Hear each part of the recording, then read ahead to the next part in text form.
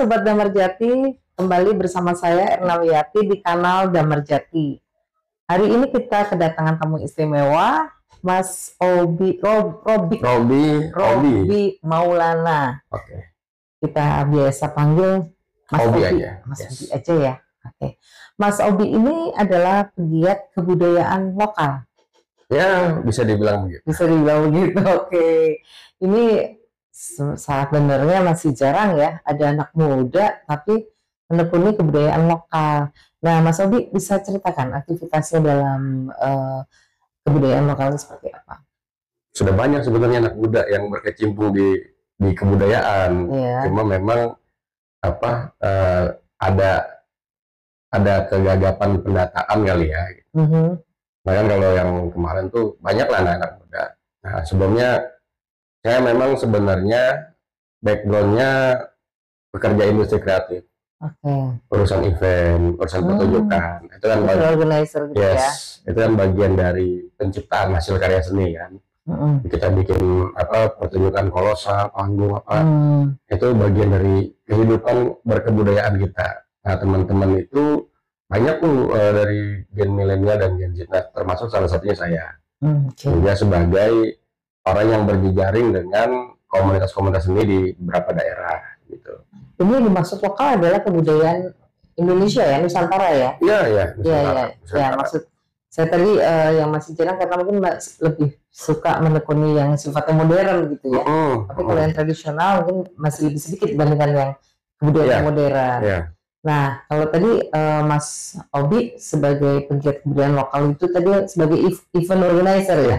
Itu kebudayaan apa saja tuh yang ditampilkan? Sebenarnya bukan secara spesifiknya ya kita sebagai event organizernya. Jadi kita tuh kan berjejaring sama teman-teman ya di daerah di Banyuwangi, di Magelang, di Malang, Pulau Jawa dan beberapa daerah di provinsi lain juga gitu kan. Nah, mereka berkomunikasi dengan kita di Jakarta, apa yang bisa dikerjakan bareng-bareng nih untuk urusan kebudayaan gitu kan. Apakah kita membantu dalam hal supportingnya ya, mensupport dalam hal idenya, konsepnya, bahkan untuk urusan pendanaannya. Nah, ini yang teman-teman di daerah yang selama ini memang mendapat dukungan dari pusat. Nah, ya mungkin waktu itu bukan mungkin ya, waktu itu memang disupport juga oleh Pak Dirjen Kebudayaan kan, Mas Fei. Nah, ini kita coba membantu mengkomunikasikan itu dan akhirnya ya berhasil lah teman-teman muda yang sekarang disebut milenial itu berhasil menjaga tradisi di wilayahnya masing-masing gitu loh. Jadi mereka mengembangkan kebudayaan lokal yang sifatnya lebih modern pun juga mereka ikutan tuh akhirnya. Gitu. Nah, ini lokalnya khusus Jakarta, di Jakarta atau bisa dari? Ya beberapa daerah juga di luar Jakarta gitu kan. Beberapa daerah luar Jakarta kita urus juga. Gitu. Itu seni pertunjukan ya? Yes. Semacam apa mungkin contohnya? Ya kan banyak ya, ada konser karawitan, konser musik tradisi, terus liputan budaya. Teman-teman yang dari beberapa suku-suku di Indonesia juga punya kegiatan, nah kita juga bantuin tuh. Gitu. Jadi sudah lintas daerahnya, tidak hanya yang ada di Jakarta. Kalau Jakarta kan lebih spesifik lagi nih namanya. Oke. Nah, terkait minggu lalu kan kami juga ada podcast dengan Mas Fai ya, Bang. Udah ya? Sudah dengan Bung Fai ya. Udah selesai kalau udah gitu. Cuma ini kan kita pengen menggali lebih dalam tentang implementasinya ya, dengan khususnya peran milenial, para Gen Z gitu ya, dalam pemajuan kebudayaan. Nah, pemajuan kebudayaan ini kan kalau di undang-undang ya, itu ada berbagai aktivitas, mulai dari pelindungan, kemudian pengembangan, pemanfaatan, dan pembinaan. Nah, kalau menurut Mas Obi nih, apa sih perlunya kita melibatkan para pemuda dalam aktivitas pemajuan kebudayaan tersebut? Iya, perlu ya. Simpelnya perlu banget gitu kan. Karena kalau misalkan kita disebut bonus demografi misalnya, orang-orang mudanya banyak, milenialnya banyak atau Gen Z-nya banyak. Kalau misalkan mereka tidak mau menggerakkan kegiatan kebudayaannya atau kegiatan seninya, Lalu siapa lagi nih yang mau mempertahankan warisan bangsa ini gitu. Karena ya taruhlah bapak-bapak kita, orang tua kita sudah selesai dengan itu. Artinya warisan ini harus dilestarikan oleh yang muda-muda gitu. Makanya pokok-pokok pikiran pemajuan kebudayaan itu sangat perlu dipertahankan oleh anak muda. Jadi mereka bisa jadi pelaku industri kebudayaannya, mereka bisa ikut dalam aturan mainnya, mereka juga bisa ikut sebagai orang yang menikmati hasil kebudayaannya gitu loh. Karena kalau misalkan kita lihat ya, kalau misalkan kemarin udah ngobrol sama Pak Bang Fai misalnya, di Dirjen Kebudayaan itu yang lalu itu ada yang disebut supporting dari Indonesiana. Iya, ya kan? betul. Dana Indonesiana. Dana Indonesiana. Abadi kebudayaan. Betul, dana abadi kebudayaan. Ya kita bisa bilang bahwa Dirjen Kebudayaan yang kemarin oke lah sebagai bapak kebudayaan, karena beliau itu benar-benar mensupport kegiatan yang sifatnya pelestari kebudayaan, pemajuan kebudayaan. Kalau misalkan nanti mbaknya bisa cek, itu ada Indonesiana TV. Hasil liputan teman-teman yang mendokumentasikan kegiatan kebudayaan di daerah-daerah, di lokalnya itu justru mayoritas anak muda. Teman-teman milenial, ada yang masih kuliah bahkan. Mereka merekam maestro, mereka merekam kegiatan kebudayaan, mereka merekam peninggalan arkeologi, itu teman-teman muda. Dari ada yang merekamnya, ada yang mendokumentasikannya, ada juga sebagai pelaku kebudayaannya. Jadi sudah aktif ya? Sudah aktif. Nah ini yang sebenarnya harus dipertahankan tuh. Program pemajuan kebudayaan yang seperti itu harus dipertahankan. Di lain itu juga ada yang namanya kita sebut seniman mengajar. Teman-teman seniman muda ini. Oh, anak-anak muda juga. Anak muda juga. Ya, pokoknya penggerak-penggerak muda ini dikirim ke berbagai daerah. Kalau misalkan kita punya sekolah dengan kurikulum yang umum, nah teman-teman seniman mengajar ini ke daerah-daerah, ke sekolah-sekolah, kampung-kampung di pelosok Indonesia untuk mengajarkan seni tradisi, untuk mengajarkan pemanfaatan kebudayaan. Gitu. Jadi memang sangat penting sekali orang-orang muda ini tetap mempertahankan tradisi dan kebudayaannya gitu. Ya DNA kita kebudayaan gitu kan. Jadi udah nggak bisa lepas tuh. Betul. Indonesia memang identik dengan negara yang kaya akan culture-nya ya, kebudayaan. Apalagi di daerah-daerah ya. Kalau bicara kebudayaan, daerah-daerah di luar kota besar itu masif sekali. Betul. Contohnya di daerah Jawa Timuran lah. Setiap ada kebudayaan baru pun mereka pasti ramai, gitu kan. Yang lama-lama, yang sudah turun temurun itu tetap dilaksanakan. Dan setiap kita lihat, setiap kita datang itu bukan hanya orang tua tuh. Anak-anak mudanya semua terlibat. Antusias. Ada yang bikin alat keseniannya, ada yang motong pohonnya buat jadi alat, ada yang ngurus setting lokasinya, ada yang mengumpulkan, mengorganize teman-teman pelaku tariannya, jalanan segala macam. Itu daerah tuh paling keren tuh. Jadi semuanya ikut bergerak gitu. Semua ikut bergerak ya. Di luar Jawa maupun di Jawa ya. Di luar Jawa maupun di Jawa ya. Iya. Semasif itulah anak muda. Oke. Nah itu memang harus kita pertahankan ya, supaya kelestarian budaya Indonesia, budaya Nusantara ini tetap terus terjaga. Nah kalau tadi disebutkan sama Mas Hobi bahwa sebagian besar yang di luar kota-kota besar ya yang sudah antusias. Nah kalau di daerah khusus Jakarta ini gimana nih Mas Hobi? Karena kalau dilihat dari demografi, dari sensus penduduk tahun lalu ya yang terupdate itu, mayoritas itu masih penduduk Jakarta ini, penduduk daerah khusus Jakarta di kisaran usia 15 sampai 44 tahun ya. Jadi anak-anak mayoritas itu ya? Iya, sekitar 50% lebih lah. Itu anak-anak usia Gen Z dan milenial. Nah, bagaimana nih supaya khususnya di daerah khusus Jakarta ya, karena kebetulan ini kita sedang berada di daerah khusus Jakarta dan saat ini era digitalisasi, gempuran budaya asing itu begitu deras masuk melalui sosial media dan lain-lain. Nah, bagaimana anak-anak muda di kota-kota besar seperti di Jakarta ini bisa seantusias teman-teman mereka yang ada di luar Jakarta, di luar kota-kota besar tadi? Lebih ekspresif ya, harus lebih ekspresif ya. Iya. Iya. Jakarta untungnya kemarin sudah melaksanakan pilkada serentak tuh, ya kan? Dan memang akhirnya kita punya gubernur dan wakil gubernur ya, khususnya Bang Rano Karno, yang memang concern dengan kebudayaan. Karena beliau sendiri kan seniman kan. Seniman, betul. Ide soal menjaga bahwa Jakarta ini sebagai salah satu kota yang berkebudayaan bagus gitu kan, memang memang jadi ide dasar untuk memaksimalkan Jakarta ini menjadi kota global yang tidak bisa menghilangkan akarnya bahwa Jakarta ini kota yang berkebudayaan. Betul. Nah, selama saya perhatikan selama kemarin berkampanye, Mas Pram dan Pak Andul ini melibatkan anak-anak muda yang kreatif. Kita lihat betul teman-teman pemuda yang kreatif itu mereka bikin kegiatan seni, mereka bikin flash mob, mereka bikin memanfaatkan taman-taman terbuka untuk titik kumpul, dan itu tidak melulu kegiatannya yang politis, tapi kegiatan kebudayaan ya. Mereka bermusik, mereka ada yang bacain puisi juga kemarin gitu kan.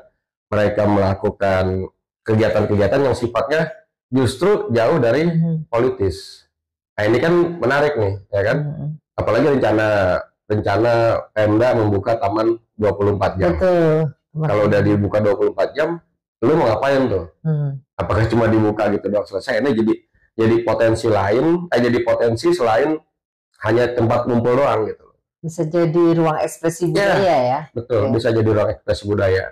Karena kalau misalkan kita lihat taman terbuka di manapun gitu, baik di Asia maupun di beberapa negara Eropa, itu taman terbukanya jadi lebih hidup. Ekspresi teman-teman seniman, budayawan, anak-anak muda yang mau berkreasi itu difasilitasi oleh pemerintahnya gitu kan, oleh pemerintah kotanya. Dan itu kan jadi akhirnya memberi ruang gerak agar teman-teman muda ini lebih ekspresif gitu. Termasuk soal kegiatan di kampung-kampung, di pelosok-pelosok kota yang tahu lah Jakarta tuh padat gitu kan. Tapi di titik tengah Jakarta yang padat itu ada balai warga misalnya, ada ruang terbuka yang ukurannya sekitar 20 kali 20 meter. Itu akan menjadi tempat yang bisa dimaksimalkan oleh teman-teman. Gitu. Bisa untuk ruang ekspresi ruang publik tersebut. Termasuk menjaga urusan lingkungan ya. Kayak ngerubah Jakarta, gang-gang di Jakarta dari kumuh misalnya, dari padat menjadi rapi, jadi bersih, lebih go green misalnya, terus pengolahan sampah, memilah sampah, melibatkan warga, itu kan bagian dari kebudayaan baru. Betul. Yang walaupun memang itu sudah pernah dilakukan jauh lama lah gitu, tapi itu jadi kebiasaan baru yang dilakukan terus-menerus gitu. Iya, menjadi kebudayaan. Betul. Karena kebudayaan itu tidak melulu soal kesenian, tapi juga adalah cara hidup. Cara hidup manusia yang bermukim di suatu tempat itu juga merupakan kebudayaan ya.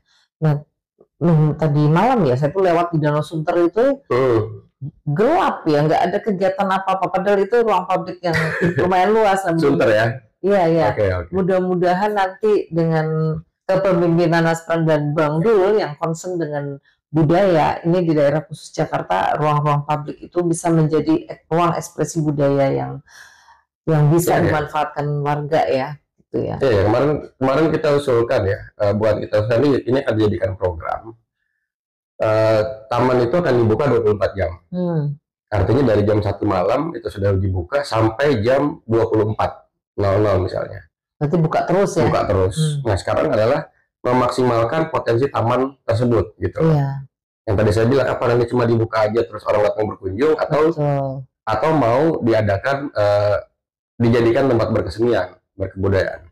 Coba kalau kita bayangkan setiap akhir pekan lah misalnya, kalau di awal pekan misalnya semua orang akan sibuk dengan pekerjaannya. Tapi di akhir pekan taman-taman terbuka ini dijadikan tempat berekspresi, dijadikan tempat untuk talk show, dijadikan tempat untuk workshop membatik, workshop melukis, workshop membuat layang-layang gitu kan. Tempat orang belajar menari. Lalu kita bisa talk show soal perencanaan kota, soal mental health-nya orang-orang muda Jakarta, whatever lah. Yang pasti jadi tempat sebagai titik kumpulnya orang untuk berekspresi. Betul, betul. Nah ini kan bisa dijadikan salah satu poin bagus gitu loh, yang dan baru bahwa taman terbuka itu bisa dimanfaatkan. Karena kalau misalkan kita lihat konsep taman terbuka ini yang harus diperhatikan oleh pemerintah kota atau Pemda DKI, batas waktu atau memaksimalkan taman terbuka ini menjadi maksimal tuh dari jam berapa ke jam berapa. Jadi jangan sampai misalnya gini, setelah jam 12 malam terus jam 1 sampai paginya tuh orang tetap ada di situ. Nah, orang ada di situnya mau ngapain nih? Karena ya alarm tubuh kalau sudah jam 1 malam sampai pagi udah pasti istirahat. Iya, betul. Ya kan? Artinya taman itu tidak mungkin ada kegiatan yang full sampai dari jam 1 malam sampai jam 5 pagi. Ya, harus dipikirkan itu ya, itu harus dipikirkan. Jadi artinya ada batasan juga bahwa konsep taman 24 jam itu bukan dari selesai jam 12 terus ke paginya orang ada acara, ini malah jadi bikin jadi seperti bikin problem baru gitu. Ya kalau udah jamnya istirahat ya kalian istirahat lah. Nanti dibuka lagi misal jam 5 pagi. Jam 5 subuh. Orang olahraga, ibu-ibu senam. Itu kan sekarang udah banyak tuh komunitas senam. Nah, itu bisa dilibatkan gitu. Teman-teman yang jadi penggerak kebudayaan Betawi bisa menggunakan taman terbuka untuk setiap kegiatannya, akhir pekan misalnya workshop bikin ondel-ondel dulu misalnya, atau bikin batik Jakarta misalnya. Ini bisa dimaksimalkan. Pertunjukan musik atau apa gitu ya. Nah, gambang kromong. Ini kan yang sudah mulai hilang nih di Jakarta kan. Jadi kita sih berharapnya ondel-ondel itu nggak cuma sekedar ngamen aja. Tapi orang juga mesti tahu gimana caranya buat ondel-ondel. Kenapa nih ondel-ondel ada? Filosofinya seperti apa? Itu bisa disampaikan ketika ada ruangnya gitu loh. Saat ini kan nggak ada ruangnya kan. Mereka hanya bikin di rumah, selesai ondel-ondelnya dirapikan, mereka ngamen. Mereka keliling. Ini kan sayang gitu kan. Kebudayaan Jakarta hanya sebatas jadi alat seperti itu.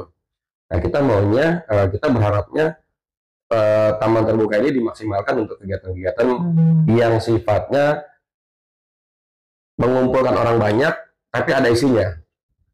Kegiatan kebudayaan lah yang ada di sini. Mendatangkan crowd, betul. Acaranya berkualitas. Betul. Dan itu juga kan bisa nyambung juga tuh nanti UMKM-nya ikut kumpul, ya kan? Kulinernya ikut kumpul, teman-teman yang hobi-hobi yang selama ini sekiranya tidak tersalurkan bisa tersalurkan gitu kan. Betul. Bisa di situ semua. Semua sektor ekonomi kreatif nanti bisa dihimpun di situ ya. Jadi kan Mas Ubi bilang juga penggerak ekonomi kreatif ya. 16 sektor ekonomi kreatif bisa tumplak buat Iya. Mulai dari seni pertunjukan, kuliner, fashion mungkin macam-macam ya. Karena kalau misalnya kita ngobrolin soal apa tadi yang Mbaknya bilang tuh bahwa gempuran budaya asing yang dengan era digitalisasi ini kan sangat mudah ya. Sebenarnya ada plus minusnya gitu loh. Kita tidak anti dengan kebudayaan asing ya. Kita tidak dengan kebudayaan asing, kita tidak tidak menolak gitu kan. Bahkan kita ikut menikmati. Teman-teman pemuda menikmati K-pop, menikmati hasil kebudayaan barat gitu. Yang terpenting adalah kita bisa menjaga kebudayaan kita sendiri. Jangan sampai ketika lu sudah bisa menikmati hasil kebudayaan luar, melupakan kebudayaan lokal, kebudayaan bangsa kita. Nah, ini yang jadi repot nih. Kalau misalkan 10 tahun, ya bukan 10 tahun, udah ada lah teman-teman dari luar misalnya, mahasiswa bule yang akhirnya jadi ahli soal gamelan, mahasiswa bule yang ahli lagu Jawa. Kita malah nggak paham. Kita malah belajar sama mereka nanti. Nah, ini kan yang repot nih, bahwa yang asalnya dari sini justru yang memasarkan orang luar, gitu loh, yang memamerkan orang luar. Kalau misalkan kita ingat suku Maori misalnya di Selandia Baru, dari yang dewasa sampai anak-anak, anak muda itu tetap mempertahankan tradisi suku Maori. Begitupun Maori yang ada di Amerika misalnya, itu sama tuh, tetap mempertahankan tradisi suku Maori di Amerika, di Selandia Baru, di Aussie, itu yang dipertahankan sukunya itu, tradisi sukunya gitu. Jadi meskipun keliling dunia, tapi tetap hatinya, jiwanya untuk negaranya ya. Betul. Bahkan malah bisa mempopulerkan kebudayaan dia di negara yang dia tinggal gitu ya. Ya K-pop itu kan nggak setahun, 2 tahun, 3 tahun, 5 tahun. 30 tahun. 30 tahun mereka mempersiapkan itu. Nah, kita 30 tahun yang lalu lupa untuk menjadikan kebudayaan nasional kita sebagai apa namanya? Identitas. Jadi levelnya kalau bisa kita harapkan di atas K-pop ya kita berharap seperti itu gitu loh. Makanya kita mengulang lagi. Ya kebetulan memang kalau Bang Fai kemarin sudah hadir ya, kebetulan memang kita punya orang sekaliber beliau yang bisa mempertahankan itu gitu loh, waktu di kebudayaan. Sejarawan ya. Betul. Luar biasa. Mudah-mudahan yang program Dana Abadi Kebudayaan dan Indonesia tetap jalan ya, meskipun sudah berganti pejabat ya. Saya belum cek. Tapi kalau namanya Dana Abadi harusnya siapapun presidennya, siapapun. Ya mudah-mudahan lah. Mudah-mudahan. Kita sih berharapnya gitu kan ya. Kita berharapnya gitu sesuai cita-cita bangsa kita kan. Kita berharapnya gitu. Mudah-mudahan masih berjalan sehingga ide-ide dari para pegiat budaya ini tetap bisa implementasikan. Harapan teman-teman seniman di daerah ya memang itu sih sebenarnya. Iya. Gitu. Nah, kembali lagi tadi ke era digital ya, serbuan budaya asing masuk ke Indonesia. Nah, tapi seperti seharusnya sebaliknya, budaya kita pun bisa masuk ke negara-negara lain ya dengan memanfaatkan platform digital tersebut. Sangat bisa. Nah, kalau dari pengalaman Mas Hobi dalam membina para milenial, Gen Z tadi, apakah sudah ada upaya-upaya untuk memperkenalkan budaya kita, budaya lokal Indonesia ke negara lain ya? Jadi sudah masuk ke dunia internasional gitu. Ya, itu tadi di proyeknya Dana Abadi Kebudayaan di Indonesia itu teman-teman seniman muda berbakat itu bisa mempromosikan karyanya mereka ke luar negeri. Dan itu sudah banyak dimanfaatkan ya. Dan itu sudah dimanfaatkan oleh teman-teman seniman ini, oleh para budayawan lokal itu untuk mereka perform ke luar, baik atas undangan internasional ataupun atas dorongan dari dalam ya, dari kita nih, lu perform di sana. Dan itu memang benar-benar disupport oleh Dirjen Kebudayaan waktu itu. Jadi, nah ini kan jadi proyek untuk mempopulerkan budaya kita gitu loh. Ya, contoh kita punya kawan namanya Uyau Sapte misalnya, pemain Sapte dari Kalimantan. Dia sudah keliling Amerika Latin, di Eropa, dan disupport oleh Dirjen Kebudayaan. Waktu itu ya. Ada juga teman-teman Horja Bius, nanti bisa dicek. Mereka keliling juga atas undangan publik di luar negeri, di Eropa. Mereka disupport juga keliling memperkenalkan tradisi Sumatera Utara, tradisi Batak, tradisi Malaysia. Dan itu sudah berjalan lama gitu, dan bukan 1-2 grup kesenian, tapi banyak gitu kan, baik yang perorangan maupun yang kelompok. Nah ini kan jadi jadi kesempatan kita nih buat memperkenalkan kebudayaan kita, buat memperkenalkan hasil karya anak bangsa ke luar negeri. Dan itu memang jejaring itu tidak dilakukan secara tiba-tiba ya. Mereka sudah berkomunikasi tuh, secanggihnya dunia digital, mereka bisa membuka itu sendiri gitu, bisa membuka kontak dengan dunia sendiri, bisa memanage komunikasinya. Kalau zaman ya 10 tahun, 15 tahun lalu kan, ajak gua dong perform di Jepang misalnya, cariin tempat gini, kan kayak gitu kan, by personnya ketemu kenalan atau ada kawan gitu. Kalau sekarang enggak, mereka bisa memanfaatkan teknologi, bisa memanfaatkan digital media untuk berkomunikasi dengan luar. Lebih mudah ya? Lebih mudah. Voice of Baceprot itu grup metal rock anak-anak perempuan itu yang dari dari sini itu perform di luar. Dan antusias ya. Dan akhirnya kan publik Eropa tahu, ternyata ada grup band metal yang keren dari Indonesia gitu. Nah, itu kalau nggak disupport, tidak ada tim manajemen yang bagus, tidak ada komunikasi yang baik, ya akan bisa. Tapi karena ada supporting, ada tim manajemen yang bagus, ada kemauan mereka untuk mempopulerkan selain dirinya ya, mempopulerkan bangsa Indonesia, bahwa mereka ini di luar stereotip bahwa perempuan itu harus ini, mereka bisa tampil ya. Keren ya. Gitu. Tapi tetap pemerintah memang harus hadir memfasilitasi. Harus hadir. Karena kan itu sudah jadi tanggung jawab undang-undang ya. Iya, betul. Bahwa negara harus hadir di undang-undang pemajuan betul. kebudayaan tersebut. Oke. Nah, tadi yang terkait pemajuan kebudayaan kan juga ada unsur pemanfaatan ya. Berarti ini berkaitan dengan nilai ekonomis atau aspek komersial yang didapat dari aktivitas budaya. Ya. Kalau menurut Mas Obi, apakah ini sudah berjalan efektif di Indonesia? Atau? Sejauh ini efektif. Ya, setiap ada kegiatan kebudayaan, setiap ada kegiatan pertunjukan seni, itu pelibatan banyak orang, pelibatan bisnis UMKM, pelibatan para vendor dan orang-orang yang akan terlibat itu kan tidak sedikit tuh. Itu perputaran ekonominya itu besar. Bergerak. Semua orang yang terlibat di satu venue itu akan merasakan dampaknya. Gitu. Makanya ya teman-teman seniman bisa hidup di situ gitu loh. Kalau misalkan kita bikin pertunjukan ya bisa hidup dari situ karena memang muternya di situ. Orang datang beli tiket, lihat pameran, lihat konser, lihat pertunjukan tarian, lihat kesenian, bentuk kesenian. Itu sudah ada price-nya sendiri.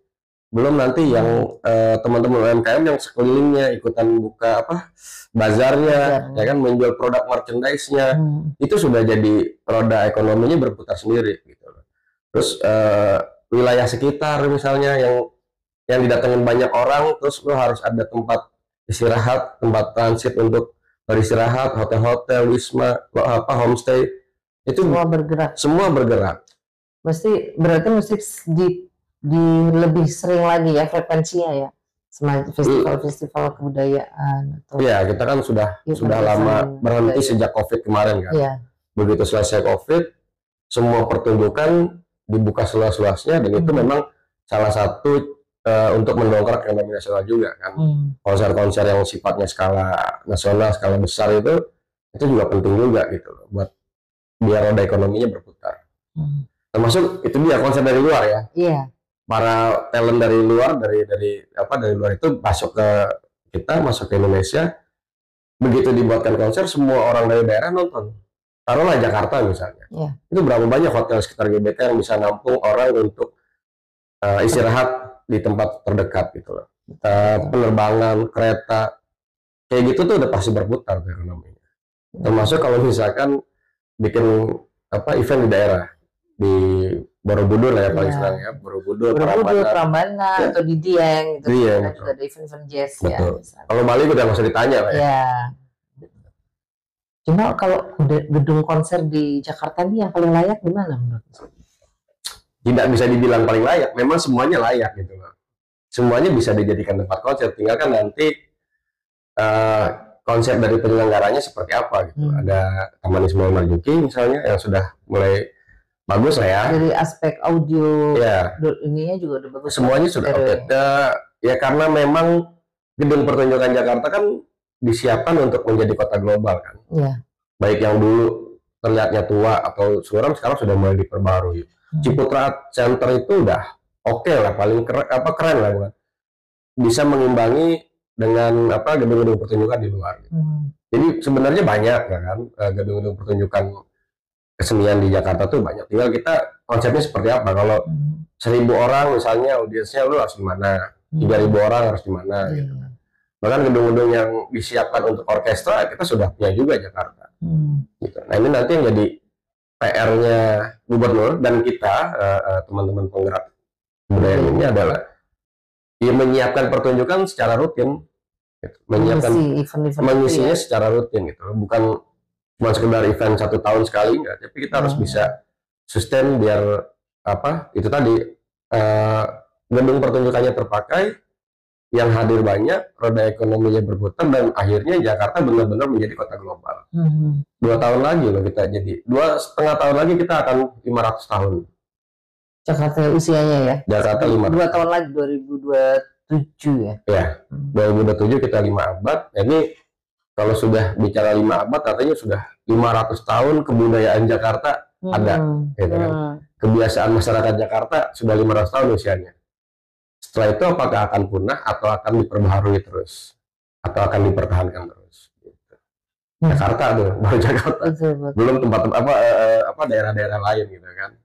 Gitu. Nah, saya pernah dengar juga ya, Bang Fai itu Bapak Dirjen Kebudayaan yang dulu itu pernah menyampaikan bahwa kebudayaan itu harusnya tidak berhenti di satu titik ya, tapi terus diperbarui, diupdate. Jadi tidak hanya melestarikan tradisi nenek moyang kita, tapi juga terus berinovasi ya, para pelaku budaya membuat kebudayaan-kebudayaan yang baru gitu ya. Nah, kalau anak-anak muda nih, mereka apakah sudah mengarah ke sana? Tidak hanya sekedar menyajikan kebudayaan yang lama, tapi juga sudah mulai meracik kebudayaan yang baru. Justru teman-teman muda itu malah saya lihatnya ya lebih majoritinya itu lebih ke kebudayaan barunya mereka. Mereka lebih bisa, karena kan sifatnya mereka lebih ekspresif, lebih terbuka dan lebih terus terang gitu loh.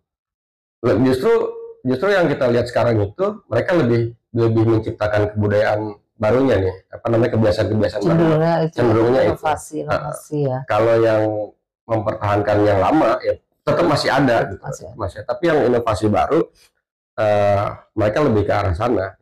Karena kan justru yang viral-viral itu kan yang sifatnya lucu-lucu tuh. Yang dulu mungkin 10 tahun atau 15 tahun lalu belum ada gitu kan. Tapi begitu ke sini teman-teman mudanya lebih ekspresif, lebih bisa menciptakan yang baru.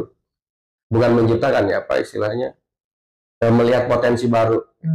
Melihat potensi baru. Mengeksplor. Betul, mengeksplor. Walaupun tidak melupakan yang lama gitu. Nah, makanya kemarin itu seingat saya ya, Dirjen Kebudayaan itu Bang Fai dengan tim kedirjenan itu kan beberapa kali menyelenggarakan Pekan Kebudayaan Nasional. Mungkin beliau sudah cerita kan. Pekan Kebudayaan Nasional itu kan semua mengelaborasikan unsur-unsur kebudayaan dari mulai yang para senior sampai yang muda-muda nih. Semua usia ya. Ya, semua tumplek blok gitu kan. Mereka kerja bareng, mereka bikin satu aktivitas yang sifatnya masif. Pertama kali di 2019 itu ada di Tenis Indoor Senayan. Itu ngumpul semua, tua muda, bikin kegiatan bersama, Pekan Kebudayaan Nasional, dan saya lihat berhasil. Sekian ribu orang menikmati acara itu. Lalu kan COVID kan. Nah, terus terakhir itu teman-teman di kedirjenan buat yang namanya Indonesia Bertutur di Bali. Di Bali pun mereka teman-teman itu buat di beberapa titik, nggak cuma di satu titik ya, di Nusa Dua, di Denpasar, di Ubud gitu kan, dan melibatkan banyak seniman Bali yang makanya bisa lihat itu kan bukan orang tua semua, anak-anak mudanya banyak, anak sekolahnya yang dilibatkan banyak, anak kampus yang dilibatkan banyak. Dan berhasil mengkolaborasikan lintas generasi dan lintas genre gitu. Ya itulah kerennya tokoh kebudayaan kita satu itu bisa mengorganisasi ya dari berbagai elemen dan berbagai usia ya, blok menjadi satu di event tersebut. Oke. Nah, pertanyaan terakhir nih Mas Obi, tadi dibandingkan dengan Korea ya yang sudah sekitar 3 dekade merintis itu ya gelombang budayanya Korea, sehingga bisa Korea Selatan khususnya ya, sehingga bisa merajailah di berbagai negara lain gitu belahan dunia. Nah, itu kan merupakan kerja panjang. Nah, menurut Mas Obi nih, supaya Indonesia bisa seperti itu bagaimana? Cuman memang tantangannya, pernah Bung Fai bilang kalau Korea budayanya cuma satu, lebih manage. Nah, Indonesia ini kekayaan budaya memang sangat kaya, tapi di sisi lain juga kita punya challenge yang lebih berat dibandingin Korea ya, karena sangat-sangat beragam gitu kebudayaan kita. Nah, menurut Mas Obi nih dari kacamata anak muda nih, bagaimana supaya kita bisa seperti Korea? Apakah tahapan-tahapan yang harus kita lakukan sehingga Indonesia itu bisa mengglobal gitulah budayanya, bisa dikenal dengan sangat-sangat luas gitu di seluruh dunia? Ya, perbandingannya kebudayaan kita lebih banyak lah ya. Hasil dari kebudayaan kita lebih banyak dari Korea. Kalau mereka cuma sekedar ya, K-pop misalnya, musik, lagu, tari, joget gitu kan, terus opa-opa ganteng gitu kan. Lebih simpel gitu ya sebenarnya. Di kita nggak bisa seperti itu. Di kita lebih kompleks dan lebih rigid gitu kan. Kita ngurus kebudayaan dari Aceh sampai Papua itu udah butuh kemauan yang besar, butuh orang banyak untuk mengurus itu semua. Dan lagi-lagi kita tidak bisa kita tidak bisa bilang bahwa pemerintah nggak usah ikut campur soal ini. Justru pemerintah harus bertanggung jawab full harus hadir untuk memajukan kebudayaan kita agar bisa dikenal internasional. Seingat saya ya, Korea itu sudah berhasil di PBB kemarin mengajak grup band atau grup band ya kayaknya K-popnya untuk bisa speech di forumnya PBB. Itu yang perlu kan simpelnya gitu. Bisa nggak kebudayaan kita menjadi alat diplomasi? Iya, betul. Kemarin sudah dilakukan oleh tim kedirijenan, sudah dilakukan dan memang ke depan itu ya negara harus benar-benar hadir untuk menjaga ini gitu.